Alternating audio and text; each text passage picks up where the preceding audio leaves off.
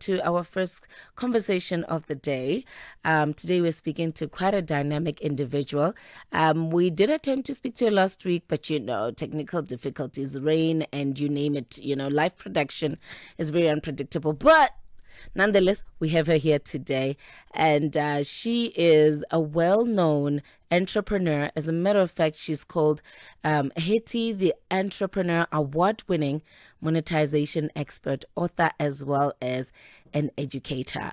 There's a lot under her accolades, hence why I mentioned award-winning. Once you win an award, we don't call you by just your name. It's just like once you get that DR in front of your name, we call you doctor, professor, the honorable. So she's the award-winning entrepreneur. She's got a lot to teach us today, hence why I said class is in session.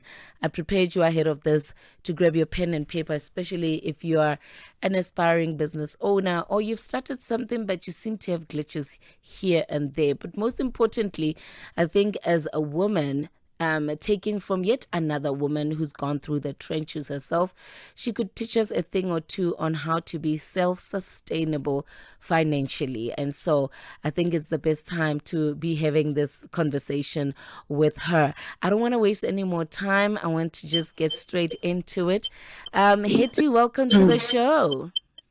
Thank you so much. I'm very happy to be here and looking forward to the conversation. Yes, and thank you so much for making time for us and looking pretty for that matter at this time of the night. Most people would opt for a gown, but here you are. Thank you so much. Yeah, so Hetty, I've been quite curious since I first came across, what you do. I think the first thing I would like to then find out from you is what would you say the difference is between a monetization coach as yourself and a money coach, because there seems to be these new titles coming up. A couple of people call themselves money coach. So what would you say the difference is? I would say the biggest difference is that a money coach kind of helps you in dealing with your relationship with money. That's where a money coach would come in. They might even help you to kind of like balance your finances, etc. However, with monetization is the act of making money. So it doesn't have to be the act of investing or saving money, but rather making money from the activities that you do. Okay. So if, for example, you're running a business, you want that business to be monetizable. You want it to be profitable. If you've got a personal brand, you want it to be monetizable. So monetization is really the act of making money through the activities that you do. I see. And so how did you come about being a monetization expert? Is there some qualifications you had to attain first, or was it a matter of self-experience over time? It's actually a combination of the two. So from a self-experience perspective, I've ran multiple businesses. And I would often get people that would come to me and say, Hetty, please can you mentor me? Please can you coach me? I'm also in business, but it's not being profitable. Yeah. And so I realized that one of the biggest gaps for entrepreneurs is actually reaching that profitability line. Because some people have got a great service, they've got a great great product, but if nobody knows that it exists and if they're not able to make money from it, then their businesses suffer. So I realized that the biggest challenge that entrepreneurs have is actually getting their businesses to be monetizable. Then over and above that, I also then went further to rely not only on my own personal experience, which is quite expansive, but to also back it up. So I am an internationally trained monetization coach. Okay. And I wanted to actually back up my knowledge also with the relevant qualifications so that it's a well-rounded expertise that I am then giving through to clients. Wow. Okay. It's good to know that there's some qualifications backing it up there, because like I mentioned earlier on, I've come across individuals on social media posing as, money coaches, right? And then you thinking, okay, maybe I need to rectify my relationship with money, even if it's not business related and it's personal, And Yes. I remember I reached out to one, and the first thing I was told is, oh, you need to meet me at a river at 5 a.m. in the morning. I'm like, what is happening? I've heard of that. No, I've heard of that. I've heard of that. I've heard of money coaches that are cleansing people at rivers and all kinds of Yes. things. Yeah. Yeah. Okay, You so see, I think the biggest challenge with the coaching industry is that it is largely unregulated. mm-hmm. So a person can become a coach overnight without the necessary coaching certification. Yeah. And so that is what really makes it quite difficult, because it makes it hard for people to do their due diligence to really suss out, who is legitimate that's out there, especially within the online space. Of course, of course. All right. So Hetty, now that we've established what you do, Mm. I don't know, according to you, would you like to first tell us about the campaign that you were running Mhm. within the month of July, and just Yes. to find out about the success of it? I've been quite curious. So before we Mm. enter into, the meat on the bone, I just quickly want to find out from you, how was the success of the Build a Business, Build a Nation campaign, where Monetization Agency was giving away 5,000, I believe, every week Mhm. throughout the Mm. month of July to support small businesses across South Africa. How did that go, and where have you gone? Which places in South Africa have you gone? Any success Mm. stories you can share with us there? Absolutely. It's been extremely well. Nelson Mandela Month is a month that really asks of us to kind of almost lay ourselves to the ground and really be of service and to give to others. Yeah. And within the entrepreneurship space, I've seen a massive need for funding, big and small. Mm. And often at times, especially for small businesses, we just need a little break just to be able to pay rent, to be able to pay stock, to be able to pay salaries, etc. And we thought, what if we give 5,000 Rand a week to deserving entrepreneurs who are doing amazing work, who are making a sustainable impact also within society? It's a way of validating and also saying we see you. Mm. So we ran this campaign on social media. People could fill out their details, and I can share our winner, for example, last week. Tendani Hlongwane. She is such a lovely young lady, Mm. and she is in the youth recruitment space.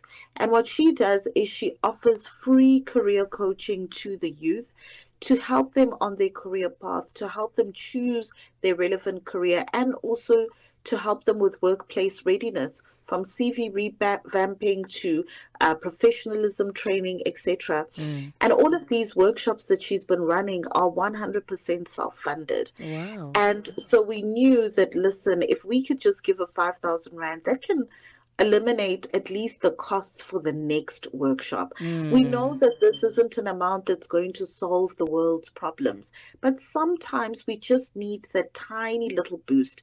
And really, small businesses move from one small boost to the next small boost to the next small boost until you're eventually able to stand on your feet. Mm-hmm. And so this is really a campaign that we're so proud of. And it's been interesting just looking at the different people that applied. And obviously, we couldn't select everyone, but it was just so heartwarming to see the diverse businesses that are out there and just the incredible work that the various entrepreneurs are doing. That's interesting. Talking about the diverse applicants, what was your criteria of choice when picking a winner? So first and foremost, it needed to be a business that is operational. Mm-hmm. We wanted to really give it to people that are already operating in their business. They've passed the idea phase and they're actually doing work in the community. We also wanted to give it to businesses that have a clear goal for what they would actually use the money for. There's some people that had urgent needs. For example, I need to buy stock, I need to pay electricity, I need to pay salaries, I need to pay rent, etc. Because you want to give it to somebody for whom it's actually going to make a material difference. Yeah, And then we also looked at businesses that are actually making an impact in society. Because businesses are the innovators of society, and absolutely. they are also able to build our communities as well. So that was another thing that we were looking at also. Oh, wow. That's really interesting to note. Did you guys get any applicants where an individual was not necessarily running a business, but just has a product to sell? I'm asking Yes, for a friend. yes, we definitely did get those individuals. And with some of the people, we actually even provided them with feedback as well. Mm-hmm. Because sometimes you also find that it's not necessarily the funding that people need. Sometimes they just need access to market. Some people need coaching. Some people need mentorship. Some people need sales skills, etc. Other people need a marketing plan. Yes. They may need assistance with goal setting, etc. The needs of entrepreneurs are quite vast, and we also wouldn't want to make the mistake of making it seem like funding is the be all and end all and the biggest problem solver, Mm. because it isn't. You still need to be able to build a sustainable business. Yes, absolutely. Okay, so aside from the Build a Nation, Build a Business campaign, what else does the monetization agency that you founded deal with? Are there any skills development there? What Mm. other campaigns do you guys run or projects, outreach projects? Yes, we do skills development. In fact, our biggest thing that we do is training and educating of entrepreneurs, and this predominantly happens in the form of workshops. We also do online masterclasses and coaching, etc. We often partner with corporate organizations in order to execute on these workshops. This allows for different entrepreneurs all across South Africa to be able to access this valuable information for free as well. Oh, So, in the work that we do need corporate backing. We do need corporates to be able to say, hey, we see what you're doing and we want to be able to support you. This is from an SME development standpoint, it's from an enterprise and supply development standpoint, etc., and even from a business development standpoint.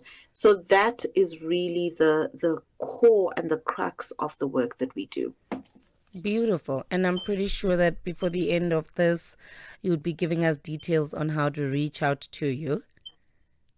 Absolutely, yes. All right. Um, I prefer yes. you to keep it until then. Reason being, I do Mm-hmm. want to make sure that we have our listeners still with us right through, because I feel like this is information one would have to pay for, and we're getting it for free right now. So, if Mm-hmm. you'd like to drop in your question and maybe you have some commentary, how about you drop it on our +27634069126? That's our WhatsApp line.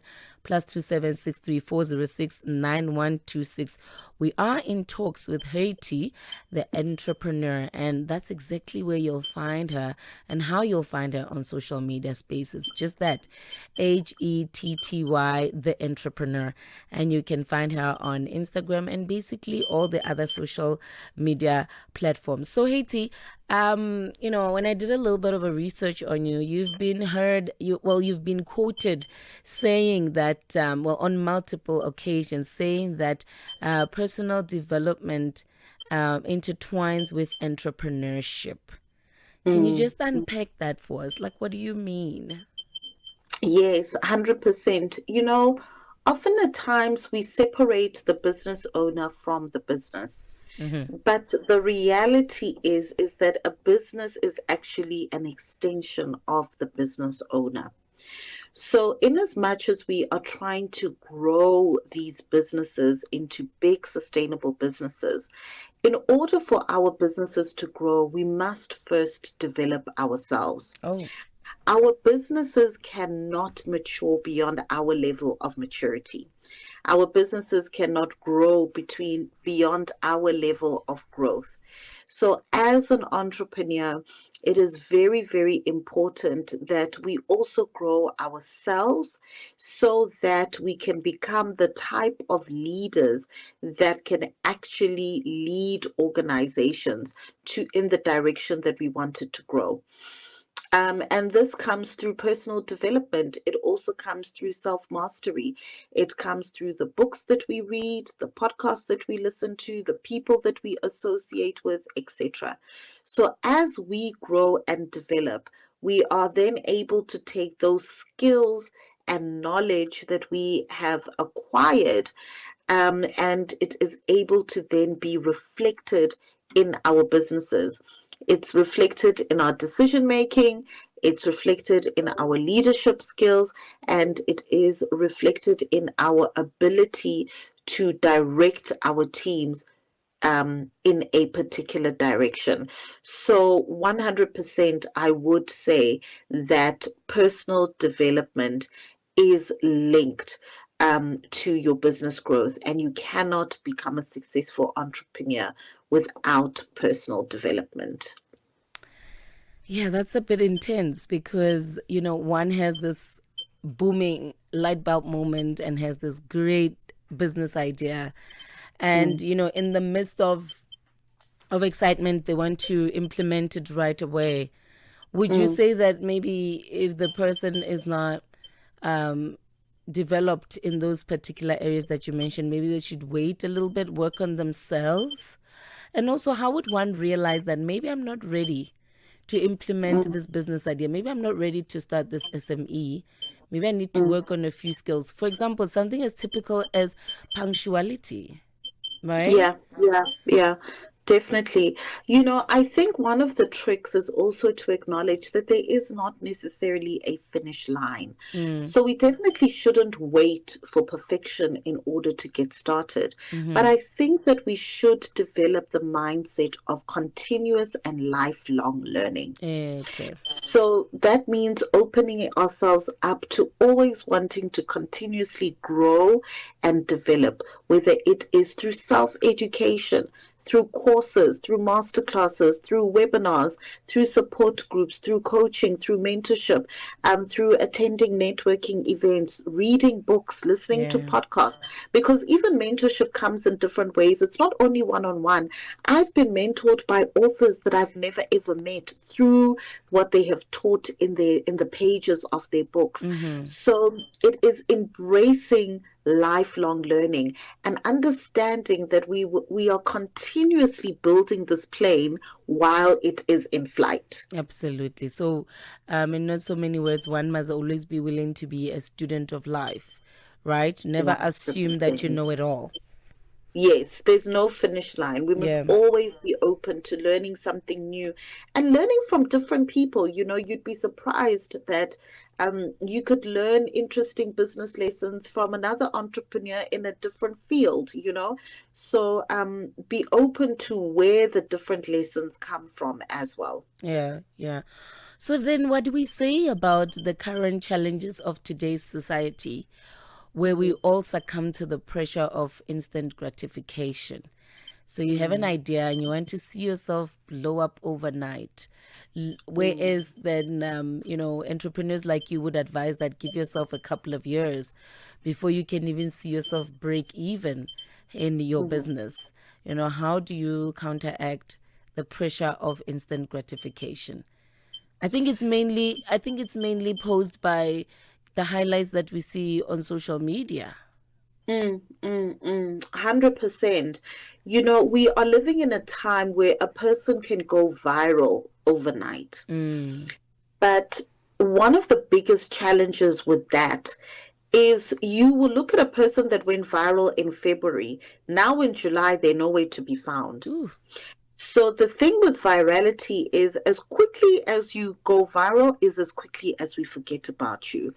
I think slow and steady still wins the race if you are looking to build something sustainable and if you are looking to build a legacy business. Mm. If you're looking to trend just for today and to enjoy the fame and all of that for today, then by all means go for it.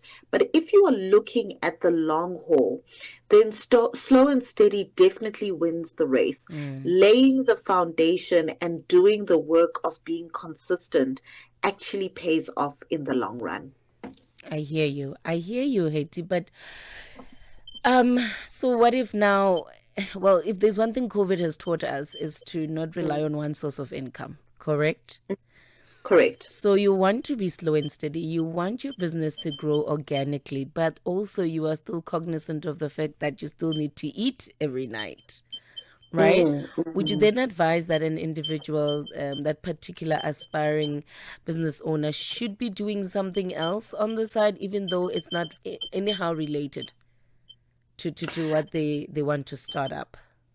One of the things that I think is important for people to realize is that businesses that are started out of desperation Mm. very seldom go in the direction we needed to go. Ooh. If you need to work while building your business, then work while building your business. If you need to do temporary side hustle or waitressing or something like that whilst building your business, then you need to do that. Entrepreneurship is not a get rich quick scheme. You don't start it on Monday and then on Thursday you are profitable. It is you are building something from scratch. And anything that is worth its weight in salt takes time for the foundation to really solidify and to be able to get the relevant market share. So it is very important that we set very realistic expectations about how long it actually takes to succeed in business. It's unfortunate that because we live in a time of social media, we only show the highlight reel. So we only show when we're opening a shop, when we've bought a new car, when we've hired new staff, when we are expanding our premises, when we've won an award, etc. But we don't talk about when we've been disappointed by a supplier, when we have to close shop, when one revenue stream is not working and we need to cut it off, etc. And I think the disservice that this does to the people that are looking on is that then they assume that it is easy. And I think that we are doing a disservice to society when we portray entrepreneurship in this way, because the reality is that it is not an overnight success. Shoo. Yeah, no, I think that's a hard pill to swallow. Can never be an overnight success. And I guess also passion needs to push you forward. But not only passion, hey, I think we need a little bit more than that, to Mm. keep you going and keep striving for, succeeding at that one thing. Because I've come across very driven individuals who would start this today. Next month when I check up on him, he's doing something else. He's doing forex. Next month I check up on him, he is busy doing network marketing businesses, Yeah, yeah. And I feel like it's touch and go. It's not even a matter of having your your hands in all the cookie jars, or trying to be a master of different type of trades. What do we say Mm. about what advice do you have for those kind of people? Is it impatience? Because you can see they're driven, but Yeah, then yeah. they're touching here, and most of the time they fall under the trap of leaving right when they are about to get the breakthrough they were looking for. 100%. So, what we often find is that entrepreneurs are often multi skilled, multi passionate, and multi talented. And because of that, they tend to have several balls in the air. But as we know, unless you're some kind of a magician, if you've got several balls in the air, by all means, something's got to give, and one of the balls are going to fall to the ground. So when I mentor entrepreneurs, I always advise them to say, in as much as you're multi-skilled, multi-passionate, and multi-talented, let us focus on what your focus area is going to be for the next 3 to 6 to 12 months. It doesn't mean you cannot explore your other passions, but let us give whatever your focus is the benefit of really giving it a proper shot, the benefit of sitting down, planning, strategizing, executing, and being consistent. Because when you divide your attention among different things, it means that the effort that you put into these various areas ends up being diluted, and then the businesses end up suffering. Sure. And I'm sure we've all fallen victim to that at some point in our younger adult days. But that was the time for us to try this and that. And so, what you hear there is the voice of Hetty, the entrepreneur, award-winning monetization expert, an educator, a philanthropist, as well as a coach. I'd like to call her a coach. And she is a well sought out individual in the space of, how to move your business to greater heights, how to monetize, your business, your idea, your product. So stick around. We're going to dive into a little bit of a much deeper conversation with her. And as we've reached the second hour of the show, as we dive into, a different and a more deeper conversation, I just wanted to remind you, or as you know already, gender-based violence is destroying lives and tearing communities apart. It happens in homes, in schools, at workplaces, and too often it's in silence, but doesn't have to continue. If you see it, speak out. If you are hurting, reach out, because doing nothing is definitely not an option. Listen to all 19 SABC radio stations where you can get hard talks, discussions, advice, drama, educational shows, and interviews around GBV with experts, with survivors, with lawmakers, and a whole country affected by gender-based violence, all on your favorite SABC radio stations. Call 0800 428 428 to report abuse or get help. GBV, it ends with you. This is a message from the SABC. And with that said, Hetty, I think what I wanted to specifically discuss with you today as a woman in business, and obviously you've gone through your own hurdles here and there. One of the most common reasons why individuals never leave an abusive relationship is usually in the case of finances, right? There are many other reasons that could stop an individual to leave a toxic, abusive relationship. But in most cases, you'd find that if they do leave, they no longer have that financial muscle backing them up. They are no longer provisioned for the lifestyles that they were used to, and so they tolerate whatever lifestyle they're in or the conditions they're living under. So I then used to ask the question, why is it that women don't maybe take the time? And I say women because I'm speaking from the experience of a female. Why isn't it that they'll take time to maybe empower themselves financially during the marriage?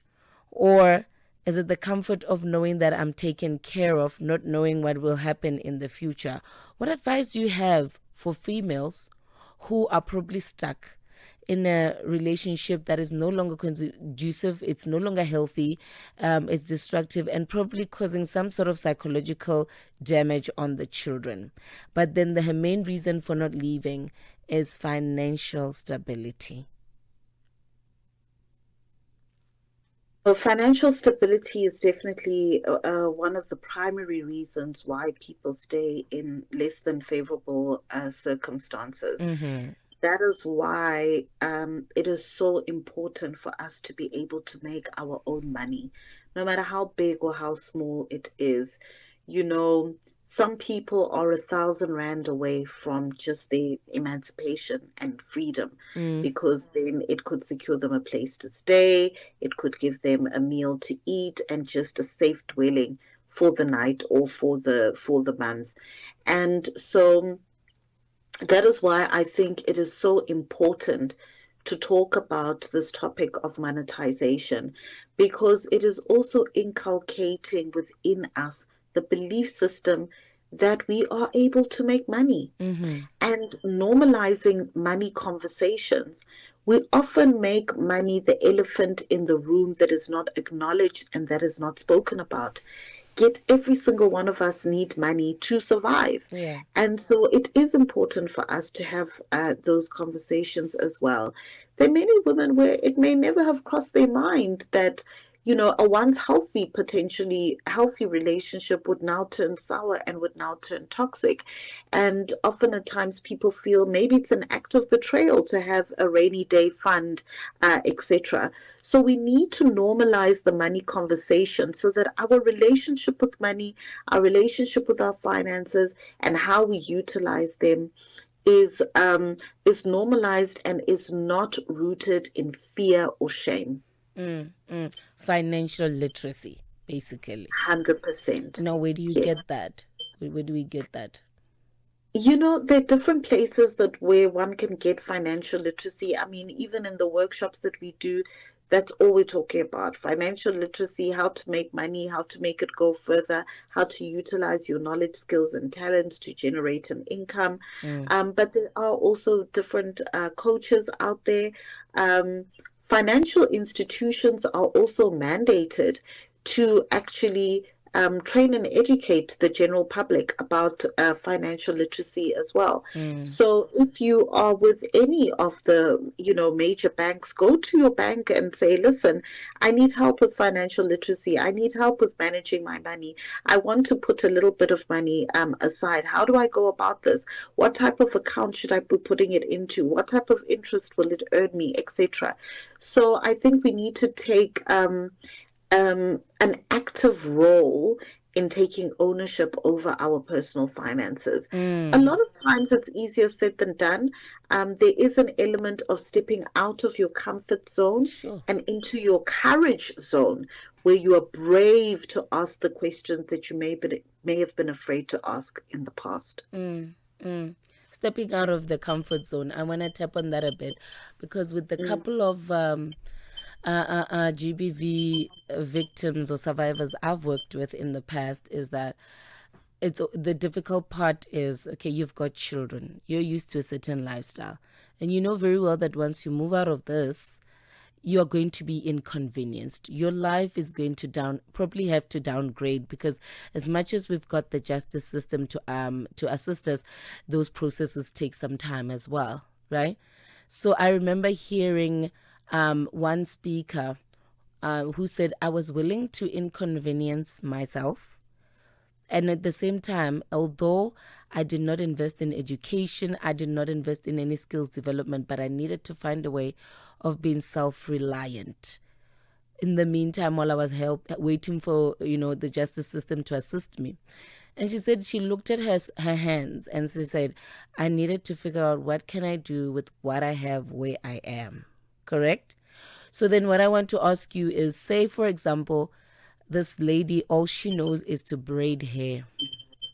mm. How do you monetize that? Like, how do you make sure you can actually grow it into a business as well? I want you to actually assist us in thinking outside of the box, because somebody would just say, okay, go around to salons and look for a job. But then how do you break the shell that has been around you and think outside of the box and think like an entrepreneur and monetize on, okay, I am good at braiding hair. I've always been good.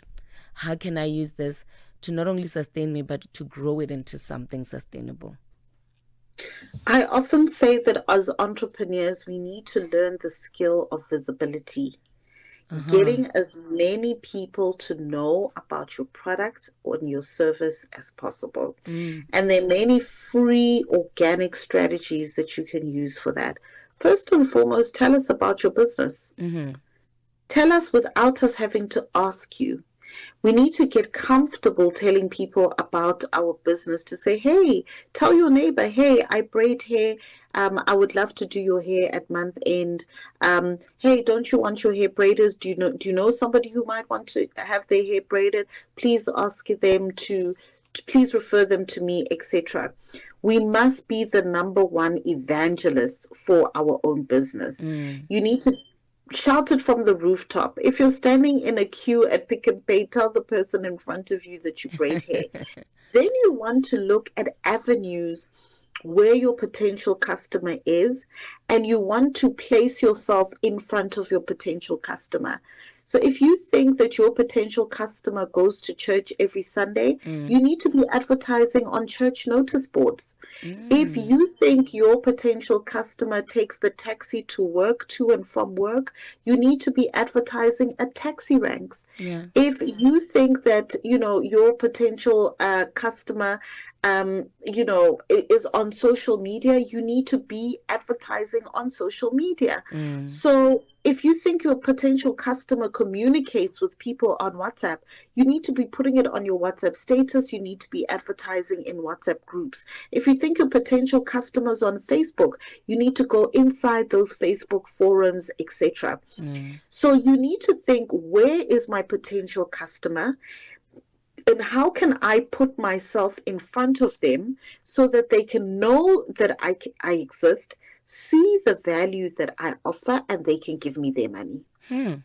Okay.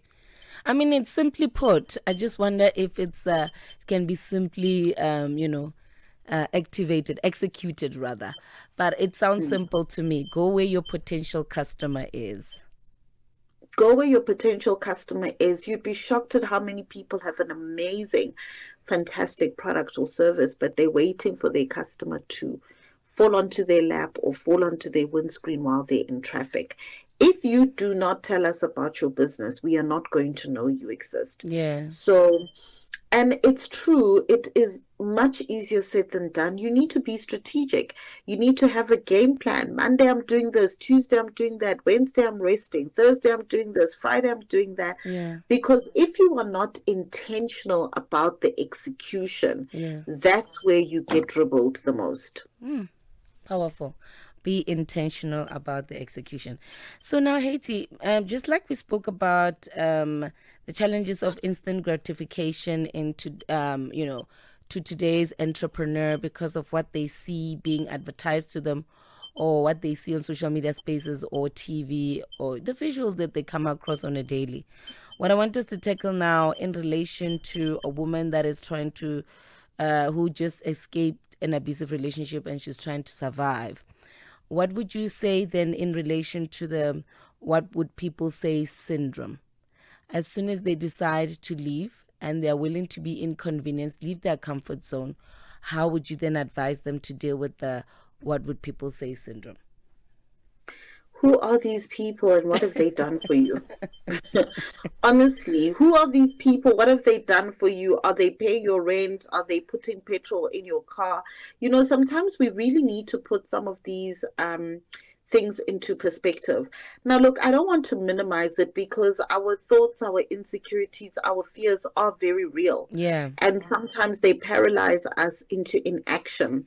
But sometimes when we really look at the worst case scenario, we realize that what we fear is the fear itself more than the actual outcome. So what if people talk about you? And, it's actually quite interesting to discover that people are not looking at us as much as we think they are, hey? People have their own problems. But family members are. Those are the biggest talkers. It's true, but I've also realized it's the people that are doing the least that are talking the most. Is that really the best use of your time to be entertaining that? How better could you be utilizing your time? I'm a huge advocate for entrepreneurs prioritizing their mental health.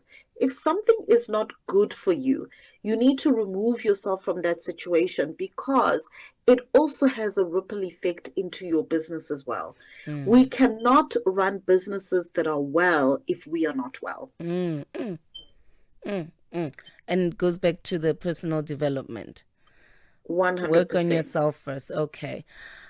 And then I wanted to then find out from you then, Hetty, what advice you have for women who are trying to, not dominate, but trying to cement their name in a male-dominated industry.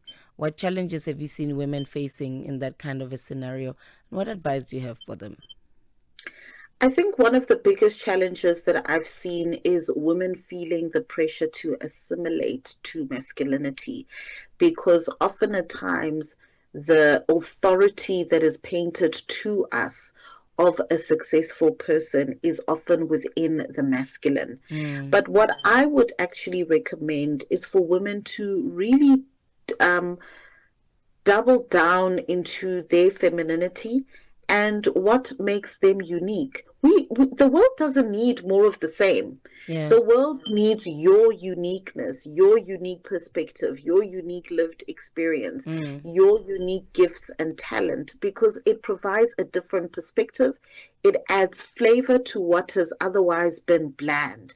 And so I would actually say it is in our differentness that our strength and power actually lies, and that we should rather leverage and hone into that as opposed to assimilating to what has clearly not worked over the years. Absolutely. Well said. Well said. So, there's a different type of abuse that is hardly spoken about. We hear about the whispers in the corridors. Although there has been a few people who've been courageous enough to actually expose, high-ranking individuals in the workspaces with sexual harassment cases, right? It's an abuse that obviously it's not much spoken about.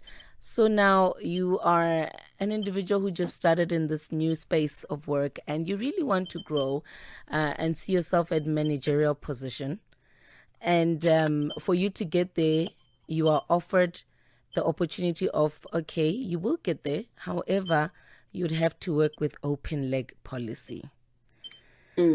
How do we cut the cord with that? Because it seems like certain individuals succumb to that, and other individuals who fight against it end up being blacklisted in certain industries where they were hoping to be captains of those industries. Would you say they should rather walk away, or? It's easy for us to say they should walk away. I think often at times people compromise themselves and even their moral fiber due to social economic circumstances. People have got mouths to feed at home. There are expectations that now that they are working, that there's certain things that they need to be, responsibilities that they need to be fulfilling, etc. And so a lot of people are bearing the weight of juggling all of these different societal expectations, etc. Yeah.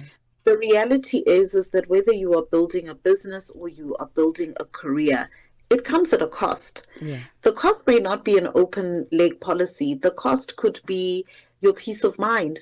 The cost could be long working hours. The cost could be your boundaries being violated.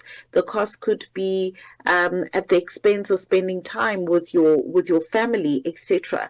There is always a cost to some of these things.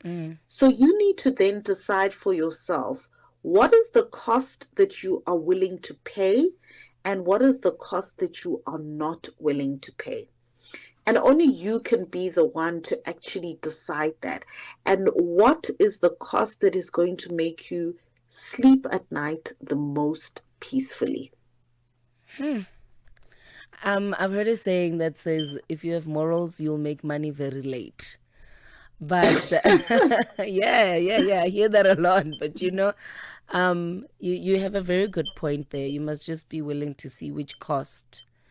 There's a cost to everything. So just be willing to see which cost you're willing to do. Basically, it's the notion of choose your battles, and sometimes you have to lose the war to win the battle, or vice versa. Definitely. Okay, Hetty, so there's a couple of questions here for you that came through on our WhatsApp.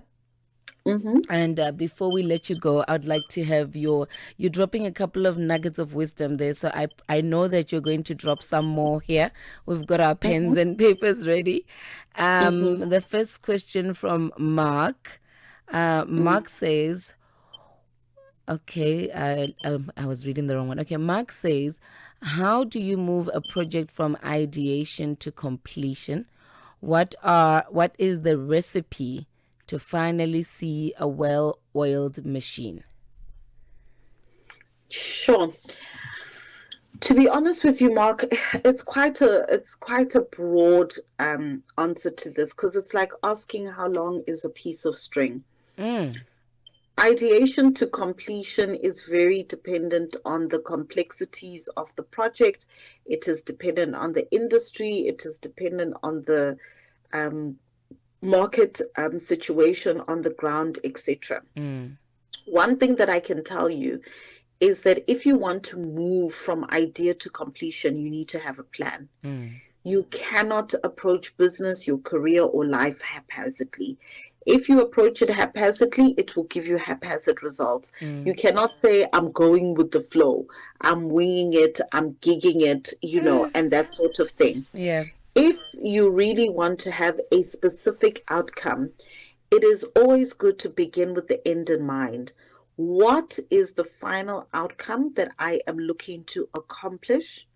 And then work your way backwards. So your final outcome could be, I want to employ 50 new people. I want to have 100 new customers.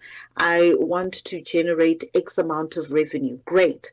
So now you have identified what the final goal is. Now you are able to work your way backwards from that goal. That means, how many emails do I need to send? How many cold calls do I need to make? How much advertising do I need to do? How many content pieces do I need to post? How many telephone calls do I need to make to help me to reach that ultimate goal? So beginning with the end in mind is a good way to start, because it helps you to establish the final goal and then work yourself backwards and answer the question, what do I need to do in the long term, medium term, and short term? What do I need to do tomorrow, this week, this month to edge me closer to that goal? I don't think that's the job that everybody's willing to do, especially if you're a creative mind, and Mm, all that you mentioned there sounds like admin.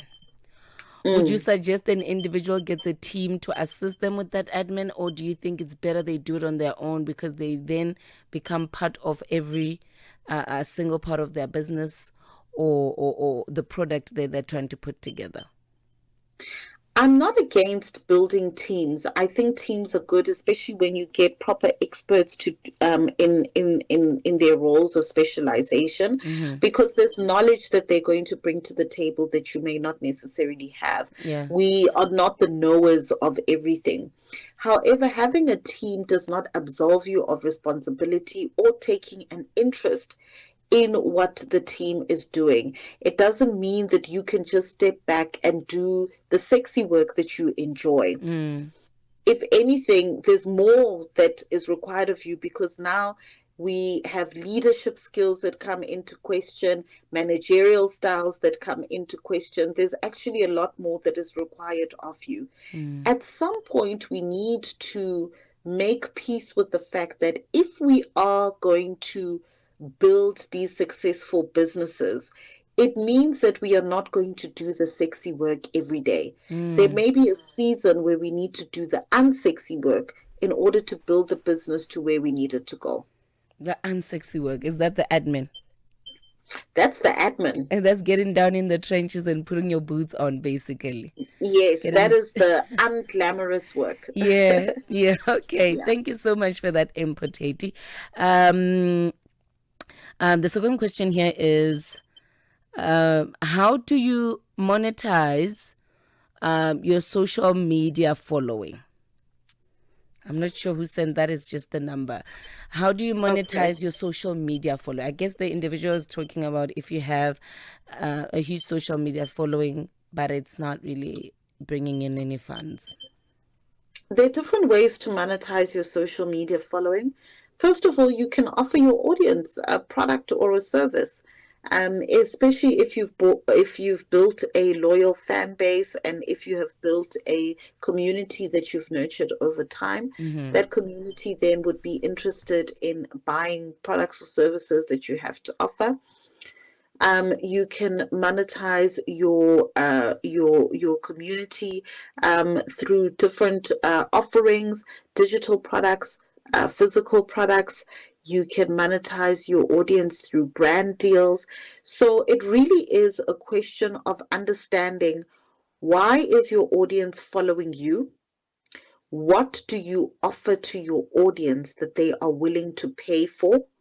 And then figuring out how much to package it, price it, and then to sell it to them. That, in essence, is the best way to be able to monetize your audience. Aside from maybe also trying to position yourself to associate with certain brands and sponsorships and 100%, yes. So okay. you can definitely also align with brands. Those would now be third party. You can certainly do that as well. Okay. All right. And then the last question. This one is me asking for a friend. Mm-hmm. So you get a product, you've gone through the necessary processes, the legalities, the logistics, and you have this particular product. And when it's ready, okay, you even go as far as getting pre-orders, you advertised it, but then when it's time for it to sell, it's not selling, right? And where would you say an individual got stuck there? The Okay, let me just be clear with it a little bit, Hetty. Maybe you can give the correct advice if I'm clear with it. You've got a book. Mm-hmm. It's got an ISBN number. It's been proofread and edited by a professional editor. Mm-hmm. And you have pre-orders for this book. You've created the interest, advertised in different radio stations, podcasts, you name it. But when it's time for it to be sold, it's not sold. So then you're left with the question, are South Africans not readers? Am I selling at the wrong time of the year? Did I not Mm-hmm. invest in marketing? Where's the pothole in that?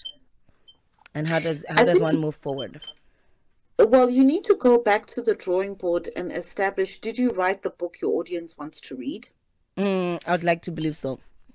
And then you also need to find out how easy is it to buy the book. Sometimes we don't make it easy for people to give us their money. Mm-hmm. Have you made the book available in a way that is easily accessible to your audience? Okay. Another thing is that sometimes when a person writes a book, they need to go on a marketing campaign for us to understand what is the book actually about. Maybe you've released a book and we don't understand what it's about, especially people who do fancy titles where the title and what's actually in the book don't even correlate with each other. So there's an element of confusion that's there. A book must always come with a marketing strategy and a monetization strategy.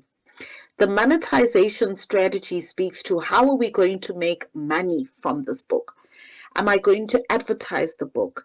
Am I going to post about the book? Am I Mm. going to do an email campaign about the book? Am I going to do a speaking tour?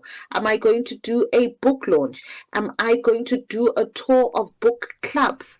What is it that I'm going to do in order for people to know about my book and then to buy the book? But to just think you're going to launch and be like, hey guys, I've got a book out, please buy, that doesn't work. Sure. So one still needs to invest in marketing. 100%. It doesn't matter what it is. It could be a book, it could be a course, it could be a pen. You could be launching a pen with your name on it. Yeah. You need to have a marketing plan for us to know about what it is that you're offering. Okay. Okay, understood. Mm. And lastly, how do you, if you are selling the same thing as your neighbor or your colleague, how do you differentiate yourself from that individual? Because if we could all decide to do the same, we could all decide to start the same SME, right? Yeah. And we're selling the same thing. But how do you differentiate yourself to stand out Well, from the crowd? I think it's important for you as the business owner to know what makes your product unique Mm, and to actually lead with that. You tell us what makes that product unique and why we should be using your product as opposed to somebody else's product. mm. Is it convenience? Is it the quality? Is it the durability? Is there some other unique factor that yours has that others do not have? Don't assume that the product speaks for itself. Nothing speaks for itself. Even your work doesn't speak for itself. You speak for yourself. So you need to tell us so that we know. Hetty, those are some harsh truths, but definitely lifelong lessons, right? And I've learned a thing or two. I do hope that our listener has also learned a thing or two. Thank you so much for making the time. However, for those that feel like they still need to reach out to you and, get some expert advice and education from the monetization agency, where Yes. can we find you aside from your social media handle being Hetty the Entrepreneur? Where can we find you? I've got my website, which is HettyTheEntrepreneur.com. Of course, we are on all social media platforms. We're highly responsive to comments and DMs. So you can certainly follow, because we do also put a lot of valuable entrepreneurship based content. We've also got a wonderful event happening in November, the Entrepreneurs Year End Function, which we highly recommend all entrepreneurs to come to and attend. Our keynote speaker is Vusi Tembekwayo, who is also my mentor. So there are different ways that you can really engage and plug into the community. All right. Thank you for that. And we can find all that information on the website, Correct. including the event that's coming up in November. Yes, correct. And on social media as well. Yeah. Thank you so much, Haiti. I think if there's one thing my take home today from you is to keep educating yourself, find mentors through Mm. books, through podcasts, and just stay a student of life. And maybe that can even add more value into what you are trying to start up. But it's great to know that individuals like you are around to assist us in how to monetize our product or our business.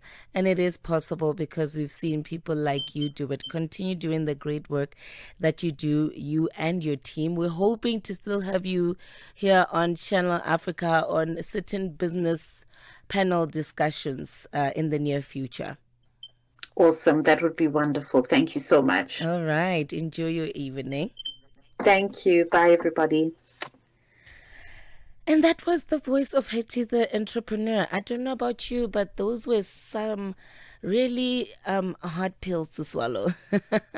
Especially if you don't come from the school of business and you come from the school of creatives. But it's very necessary to learn both so that you can also build something sustainable in the future. If you do need to find out more about where to reach out to her, just make sure that you visit our social media platforms, which is Channel Africa and the numeric one. There you will get all her information, her handles, and the website so that you can also do your research and be a student in her monetization agency. Stick around on the other side of this. We're going to be wrapping up this conversation and getting in touch with Morris. 9 to 12 midday Central African Time.